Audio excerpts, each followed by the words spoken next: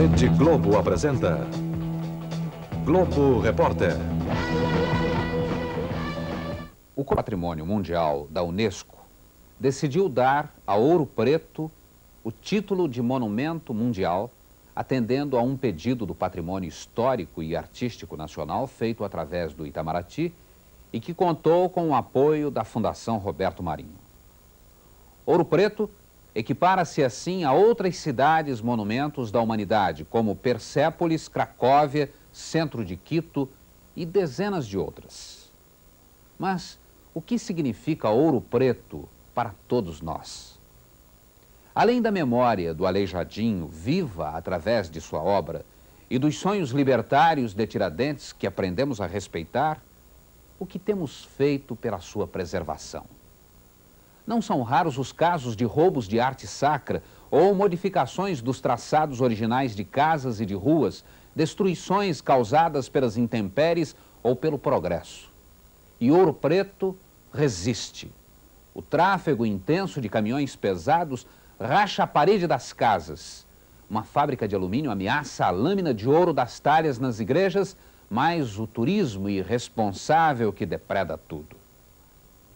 O que se pode fazer para que a melancólica afirmativa do poeta Carlos Drummond de Andrade não se venha a confirmar? Para o poeta, a continuar tal estado de coisas, quando a cidade for a memória de uma ruína, será declarada monumento interplanetário. Um pouco da história de Ouro Preto e seus problemas é o tema do Globo Repórter de hoje.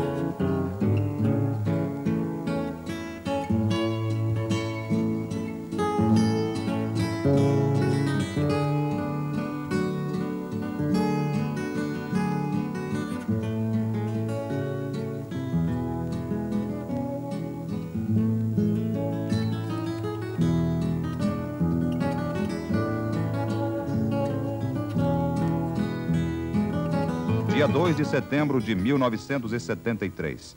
Ladrões conseguem arrombar a matriz do pilar e saem com 16 peças de ouro e prata. Até hoje, os ladrões não foram descobertos. Tá, mas como foi que o pessoal entrou aqui e como que eles roubaram as imagens?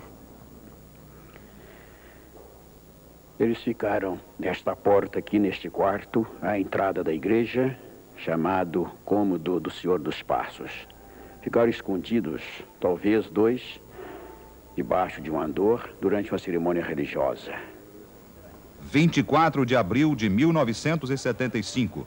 Estudantes e artistas protestam contra obras da prefeitura.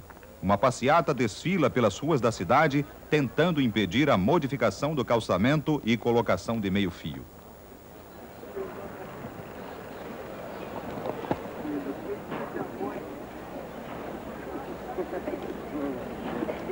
Bom, o que eu tenho a dizer é que é um problema de memória nacional. Ouro Preto realmente é o maior acervo que nós temos e nós temos, todos nós brasileiros, que preservar ao máximo tudo isso que é Ouro Preto.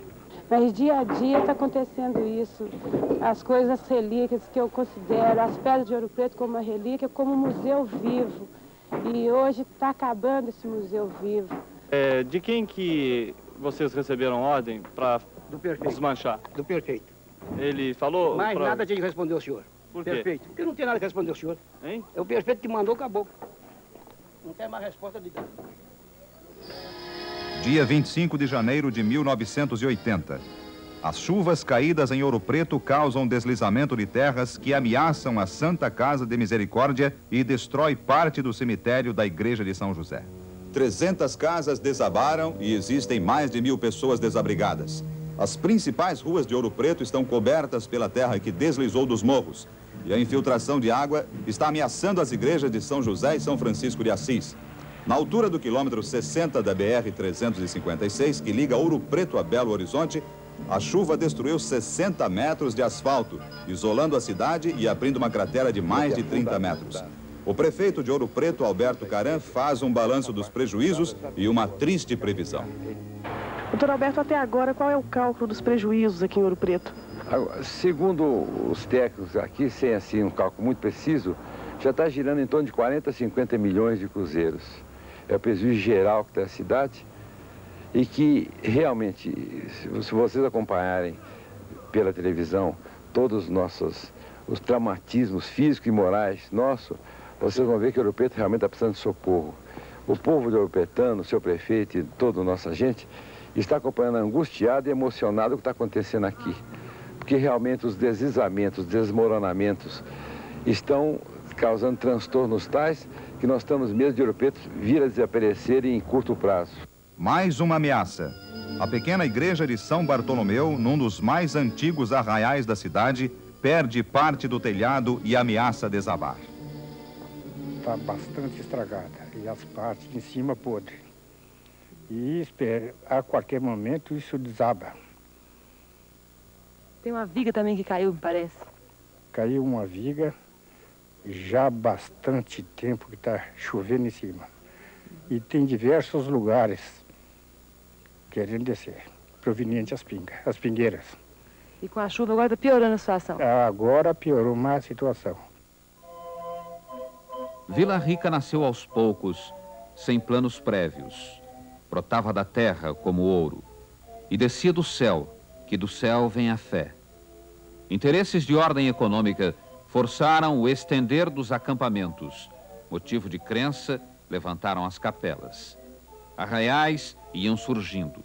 De par com uma agricultura incipiente, plantavam casas, palhoças e ranchos humildes que pouco a pouco ganharam dignidade. O primeiro, o de Antônio Dias. O segundo, o do Padre Faria. Já em 1741, inicia o calçamento de logradouros públicos e levanta paredões ou cortinas, exigência da topografia acidentada. Os arraiais iam se unindo uns aos outros e a cidade se tornava orgânica. Povoa-se, a princípio, este eixo longitudinal da vila, mais nos seus extremos, de um lado do morro de Pascoal da Silva, no Padre Faria, e no Alto da Cruz, de outro lado, em torno do Rosário e do Pilar, caminhando depois para o centro, para o eixo transversal constituído pelo espigão do morro de Santa Quitéria. Este núcleo, configurado pela Praça do Palácio, ampliada em 1797 para desafogar a Casa da Câmara e Cadeia.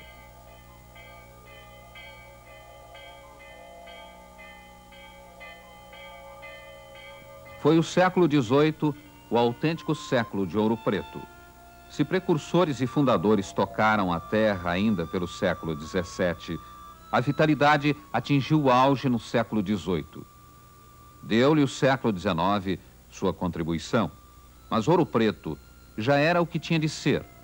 A cidade das ruas íngremes, de boa perspectiva, da graça generosa, cívica por excelência, dos palácios, de ligeiro gosto medieval ou renascentista dos sobrados. A Escola Viva de Vila Rica operou o milagre da construção de uma cidade que se tornou monumento, a única assim sagrada pela posteridade, sempre exigente e reformista. Tudo aqui esperava o advento do barroco. O vale nada tem de plano. Seios corpulentos, separados pelos sulcos fundos das vertentes dos córregos. A cidade ondula esses seios. As ruas sobem, descem, viram, ora para um lado, ora para o outro, em ângulos ou curvas imprevistas.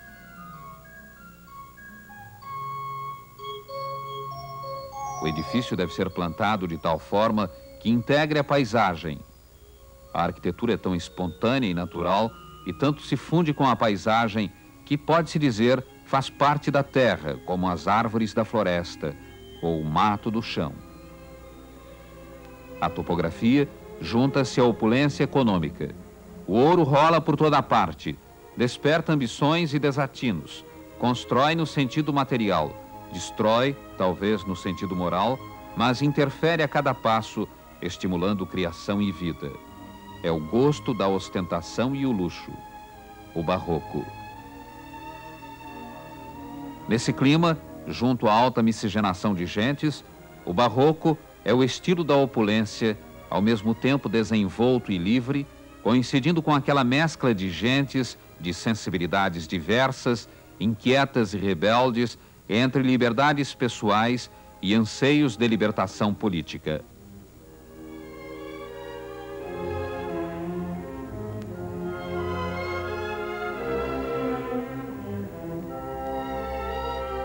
Um belo dia, o bandeirante Antônio Dias avistou Itacolomi. Lá estava ele envolto em brumas, tranquilo e imutável, para sempre alheio aos desmandos que iriam suceder ao seu redor. Antônio Dias trouxe consigo um capelão que mais tarde ficaria famoso por celebrar a primeira missa naquelas selvas, Padre Faria. Os nomes de Antônio Dias e Padre Faria ficariam para sempre ligados à história de Vila Rica. No começo do século XVIII, em plena extração do ouro, uma notícia alarmante, mistura de acontecimentos reais e lendas, de fantasmas horrendos que saíam das bocas das minas e desciam pelas encostas dos morros. A coisa foi num tal crescendo que o terror tomou conta de Vila Rica. As caravanas que levavam ouro para o Rio de Janeiro, destinado à coroa portuguesa, estavam sendo assaltadas por bandoleiros que conheciam os roteiros e datas, pois atacavam em lugar e tempo certos. E por aí ainda anda muitos bandidos que gostam de atacar. Gostam de atacar. E tem medo que já uma pessoa de idade não pode combater com um novo. Não pode combater. Porque eles atacam. Até logo. Até logo, até logo, até logo. Até logo.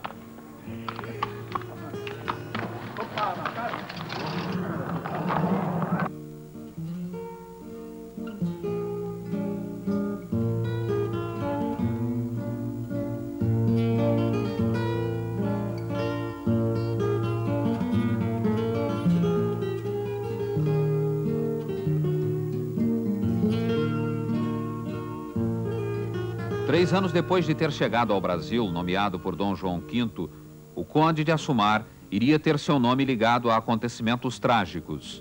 Em 1719, por ordem de El-Rei, foi decretada a criação das casas de fundição, nas quais seria feita a cobrança dos impostos do quinto devido a Portugal, uma vez que o Brasil era uma colônia daquele país. Toda pessoa que achasse ouro deveria levá-lo a uma dessas casas situadas em diferentes centros de mineração para que fosse pesado, fundido, transformado em barra e cunhado com o selo real, depois de retirada a quinta parte devida à coroa portuguesa.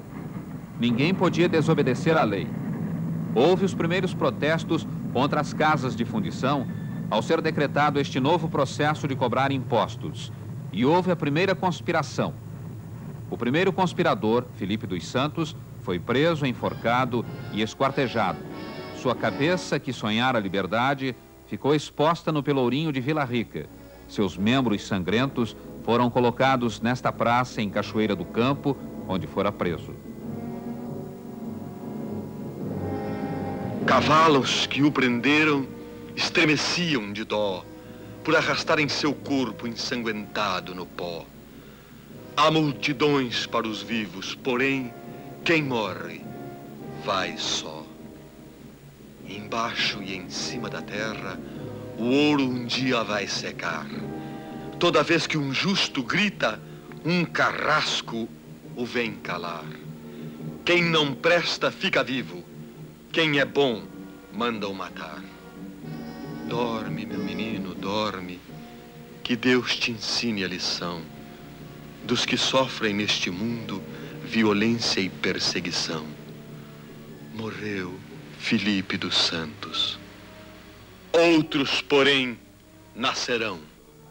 Por ordem do Conde de Assumar, foi incendiado este montanhoso e riquíssimo arraial do ouro podre, apelidado na época de o Fiador de Minas. Este arraial pertencia ao português Pascoal da Silva, um dos chefes da sedição. Deveria ter sido tão impressionante ver o fogo crepitando e desfigurando o mais importante acampamento de Vila Rica, que até hoje se chama Morro da Queimada. O que o fogo pôde queimar, queimou. Mas, se as madeiras, assoalhos, tetos, logo arderam, as pedras, que eram todas da região, permaneceram. Com o tempo, o povo que morava ao pé do morro foi utilizando as enegrecidas lajes na construção de suas próprias moradias. É um lugar desolado e infestado de escorpiões, semeado de ruínas sinistras, vestígios de palácios e de mineração intensa. Falam da ambição, ódio e vingança que por aqui passaram. Dorme, meu menino, dorme, que o mundo vai se acabar. Vieram cavalos de fogo, são do conde de Assumar. Pelo arraial de ouro podre, começa o incêndio a lavrar. O conde jurou no Carmo não fazer mal a ninguém. Vede agora pelo morro que palavra o conde tem. Casas, muros, gente aflita, no fogo rolando vem. Não há conde, não há forca, não há coroa real mais seguros que estas casas, que estas pedras do arraial, deste arraial de ouro podre que foi de mestre Pascoal. Por tuas casas caídas, pelos teus negros quintais, pelos corações queimados em labaredas fatais, por essa cobiça de ouro que ardeu nas Minas Gerais. Dia 8 de abril de 1979. Um incêndio destruiu totalmente uma mercearia no centro da cidade e atingiu o casarão histórico da Rua São José, onde no século XVIII funcionou a primeira casa de intendência de Minas. O tenente Antônio Balbino de Souza, que comandava os bombeiros, afirmou que se houver um grande incêndio em Ouro Preto, dificilmente conseguiremos dominá-lo. 2 casas foram destruídas, apesar da previsão já feita em 1974, quando um relatório foi encaminhado ao Comando-Geral da Polícia Militar, e agora no dia 29 de agosto, quando encaminhamos outro relatório e mostramos as dificuldades do bombeiro em Ouro Preto e, consequentemente, dos grandes riscos que essa cidade corre e continua correndo. São uma das coisas mais tristes que aconteceu nesses últimos anos em Ouro Preto. Nós, o povo de Ouro Preto, quer preservar, quer conservar Ouro Preto, vimos hoje esse acidente lamentável que destrói 2 casas que são verdadeiros monumentos da história de Ouro Preto, na nossa rua principal.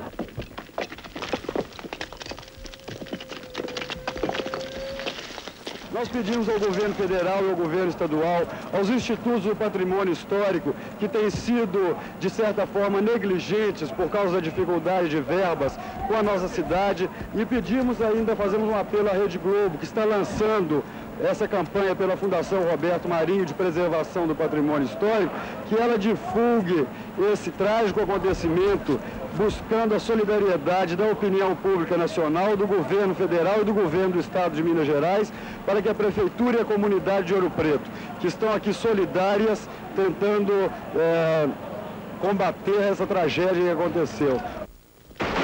Antônio Francisco Lisboa, o Aleijadinho, é o artista mais importante do Brasil colônia. Embora Ouro Preto concentre a maior parte de sua obra, ela se espalha num espaço mais amplo em Minas Gerais. E em quase toda a cidade tocada pelo ciclo do ouro ou dos diamantes, pode-se encontrar exemplos magníficos do seu trabalho, como esta igreja, Nossa Senhora do Carmo, em Sabará. Nossa Senhora do Carmo é uma das mais harmoniosas e equilibradas igrejas de Minas. Diante de sua fachada, uma forte sensação de grandiosidade. E a mão de Antônio Francisco Lisboa, o Aleijadinho, se faz sentir dentro e fora desta igreja. O mestre desenhou o frontispício e esculpiu as portas principais, as armas, as volutas e os detalhes barrocos desta igreja. Num tom cinza esverdeado que chega a parecer bronze, espalham-se de modo harmonioso e movimentado anjinhos rechonchudos, rosetas e conchas em pedra-sabão. as armas e os detalhes em pedra-sabão do frontispício, as portas principais, o coro sustentado por 2 atlantes, os púlpitos em madeira policromada e as imagens de São Miguel Estoque e São João da Cruz foram executadas pelo mestre em 1770 e 1783. Os púlpitos com baixos relevos em madeira policromada são considerados obras-primas do Aleijadinho. Antônio Francisco Lisboa estava em pleno apogeu da sua capacidade de trabalho ao esculpir as imagens de Nossa Senhora do Carmo, em Sabará, apesar de já estar atingido pela terrível moléstia que o deformou. Mas era tal a força de seu gênio que os obstáculos físicos e materiais estimulavam e requintavam ainda mais sua sensibilidade.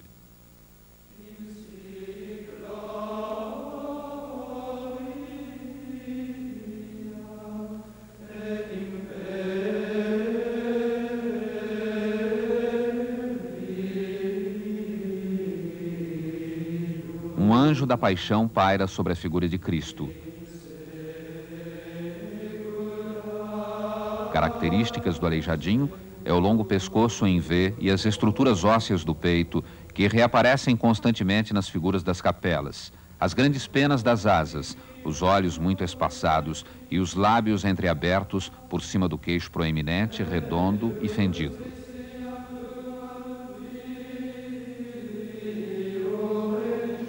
Todos estes elementos reaparecem nas figuras comoventes do Cristo preso e coroado com espinhos. O Cristo flagelado na coluna é um dos raríssimos nus da escultura luso-brasileira do século XVIII e, como tal, está cheio de convenções estranhas que contrastam com a triste beleza do rosto.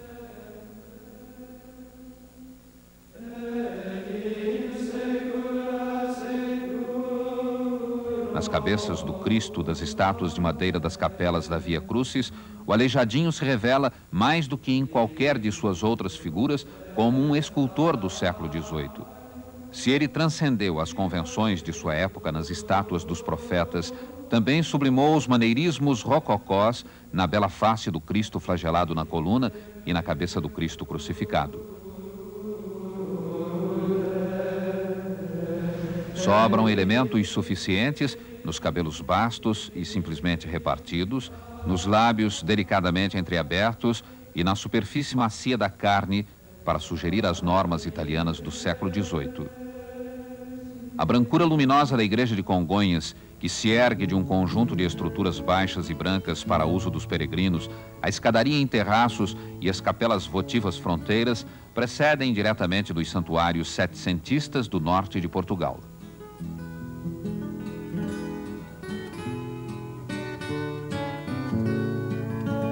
Mas aqui, novamente, tudo está subordinado ao traçado da grande escadaria em que estão colocados os profetas do Aleijadinho.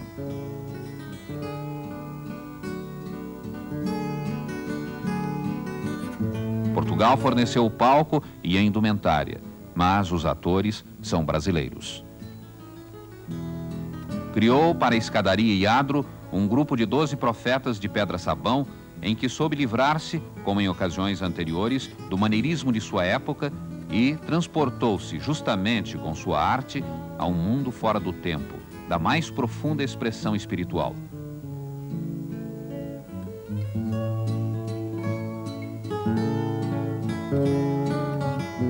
Antônio Francisco Lisboa, o Aleijadinho, um dos maiores artistas do século XVIII, não por ter ultrapassado outros na linguagem rococó, mas por ter escapado ao confinamento desse estilo.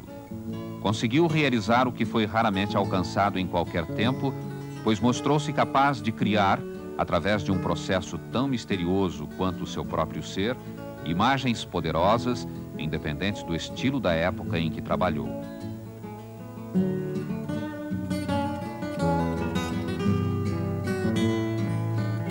A grandeza de sua obra é igualada pela estranha circunstância de sua vida numa área afastada dos velhos centros criativos e tendo as desvantagens de sua condição física. Sua doença, diagnosticada como lepra, reumatismo, encefalite, paralisia e mesmo sífilis, estendeu-se gradativamente às suas pernas. Muito antes de sua morte, em 1814, ele tinha que ser transportado de um lugar para outro por seus escravos negros, Maurício, Agostinho e Januário, que prendiam a ferramenta às suas mãos mutiladas e semi-paralisadas.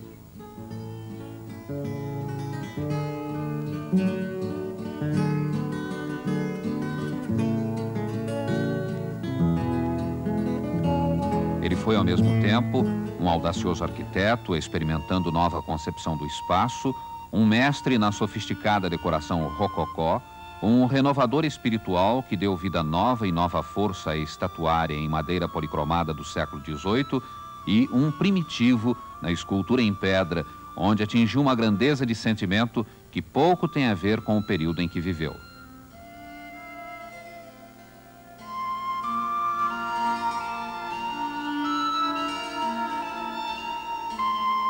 Existe em todos os profetas um sentimento de vida e caráter individual que é de fato muito diferente dos rostos idealizados e sem alma, bem como das atitudes graciosas convencionalizadas da maioria dos escultores do século XVIII. Mas as figuras do Aleijadinho são tratadas de modo direto e apresentam um novo frescor, um novo atrevimento com fortes sugestões de arte popular, como a dos santeiros contemporâneos do Novo México, que não seriam novamente atingidos na escultura, senão no século XX. Foi somente com grande despertar para novos valores trazidos pela Revolução de Cézanne que formas e atitudes, como os profetas, seriam procuradas pelos escultores. Nesse sentido, o Aleijadinho foi ele mesmo um profeta maior.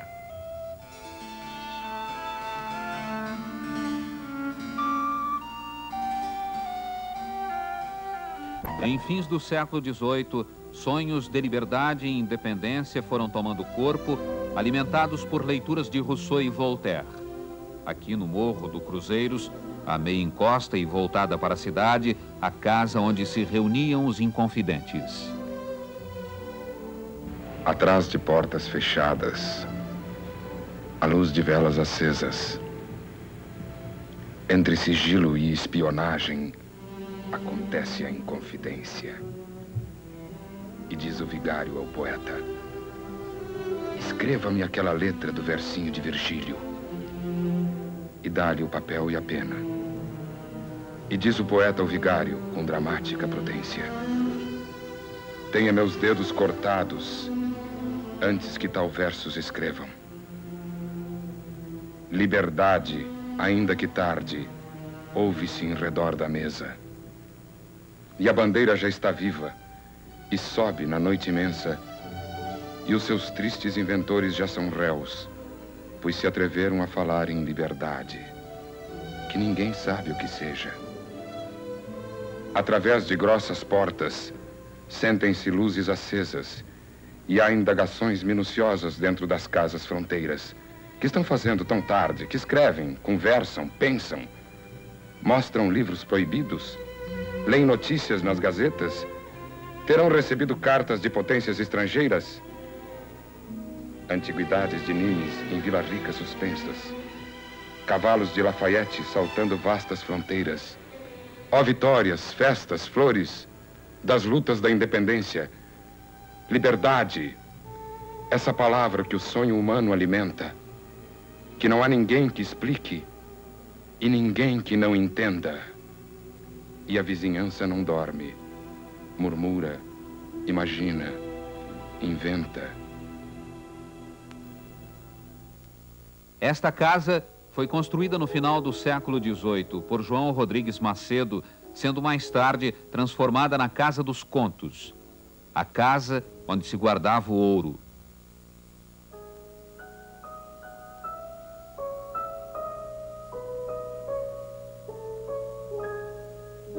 Aqui funcionou também a Casa do Império, sede da Tesouraria das Finanças da província e também como agência de correios e telégrafos. Este forno e chaminé foram construídos quando a casa foi aproveitada para fundir o ouro. Pouco antes de ser concluída, a Casa dos Contos foi requisitada para servir de aquartelamento para soldados encarregados de sufocar a Inconfidência Mineira. Em uma cela improvisada que leva ao segundo andar, debaixo desta escada, o inconfidente Cláudio Manuel da Costa foi encontrado morto. Suicídio ou assassinato? Que fugisse, que fugisse. Bem lhe disseram o embuçado, que não tardava a ser preso, que já estava condenado, que os papéis queimasse-os todos. Vede agora o resultado. Mais do que preso, está morto, numa estante reclinado, e com o pescoço metido num nó de atilho encarnado. Isto é o que conta o vizinho que ouviu falar o soldado. Mas do corpo ninguém sabe. Anda escondido ou enterrado. Dizem que o viram ferido e não sufocado. De borso em poça de sangue por um punhal traspassado. Dizem que não foi atilho nem punhal atravessado, mas veneno que lhe deram, na comida misturado. E que chegaram os doutores e deixaram declarado que o morto não se matara, mas que fora assassinado.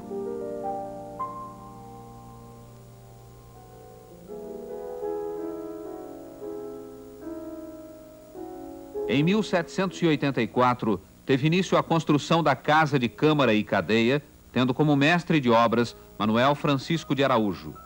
A fim de custear o trabalho, o governador Luiz Câmara Menezes pediu autorização à metrópole para fazer correr em Vila Rica uma loteria em benefício do mesmo. No alto da fachada, 4 estátuas em pedra-sabão: a prudência, a justiça, a força e a temperança. Durante muitos anos, funcionaram aqui a Câmara Municipal no 2º andar, Cadeia no 1º.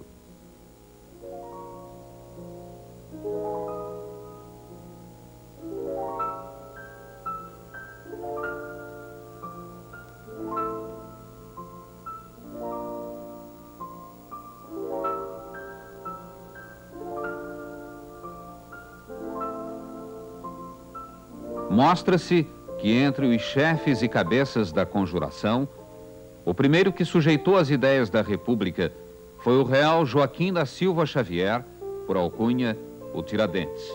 Portanto, condenam o réu, alferes que foi da tropa paga da capitania de Minas, a que, com baraço e pregão, seja conduzido pelas ruas públicas ao lugar da forca e nela morra morte natural para sempre, e que depois de morto lhe seja cortada a cabeça e levada à Vila Rica, aonde em lugar mais público seja pregada em um poste alto até que o tempo a consuma. E o seu corpo será dividido em 4 quartos e pregados em postes pelo caminho de Minas, no sítio de Vargem e de Cebolas, aonde o réu teve suas infames práticas, e os mais nos sítios de maiores povoações, até o tempo também os consuma. Declaram o réu infame e seus filhos e netos, tendo-os, e os seus aplicam para o fisco e Câmara Real. E a casa em que vivia em Vila Rica será arrasada e salgada, para que nunca mais no chão se edifique. E não sendo própria, será avaliada e paga a seu dono pelos bens confiscados, e no mesmo chão se levantará um padrão pelo qual se conserve em memória a infâmia deste abominável réu. O mausoléu dos Inconfidentes, em sua singela e solene severidade, é um dos mais belos monumentos fúnebres. Nesse bloco de granito, uma legenda in memoriam: Joaquim José da Silva Xavier, o Tiradentes. E logo abaixo, os nomes dos outros conspiradores. Alinhados no chão, em sepulcros de pedra, repousam os restos mortais dos Inconfidentes.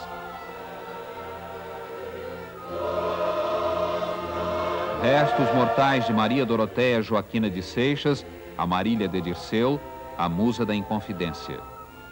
Um ponto de luz e poesia em meio a um clima escuro e rude da masmorra. A solidão de um cárcere. A solidão de Tomás Antônio Gonzaga, o Dirceu.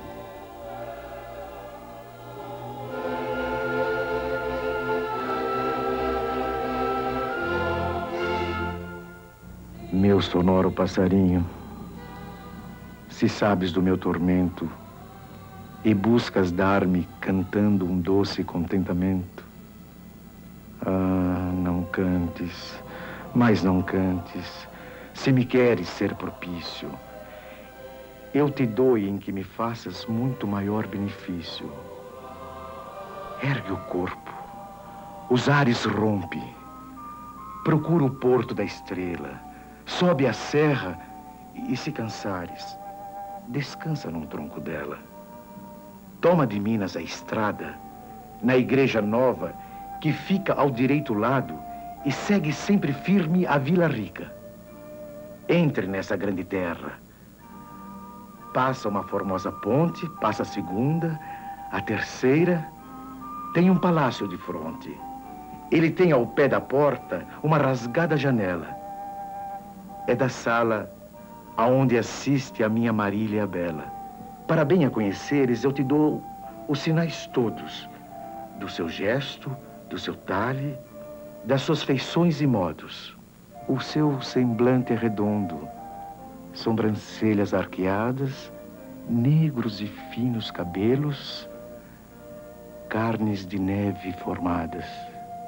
Chega então ao seu ouvido, dize que sou quem te mando, que vivo nesta masmorra, mas sem alívio penando.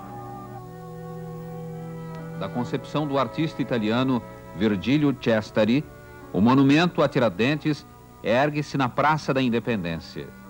Tiradentes, no alto do patíbulo, de costas para o Palácio dos Governadores, expressa o seu desprezo pela tirania do poder. Sua fronte altiva e orgulhosa mostra o quanto ele se sente superior aos seus juízes.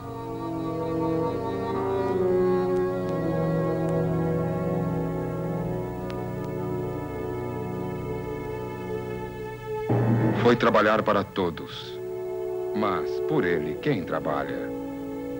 Tombado fica seu corpo nessa esquisita batalha. Suas ações e seu nome, por onde a glória os espalha. Ambição gera injustiça, injustiça, covardia. Dos heróis martirizados nunca se esquece a agonia. Por horror ao sofrimento, ao valor se renuncia. E à sombra de exemplos graves nascem gerações opressas. Quem se mata em sonho, esforço, mistérios, vigílias, pressas? Quem confia nos amigos? Quem acredita em promessas? Que tempos medonhos chegam depois de tão dura prova?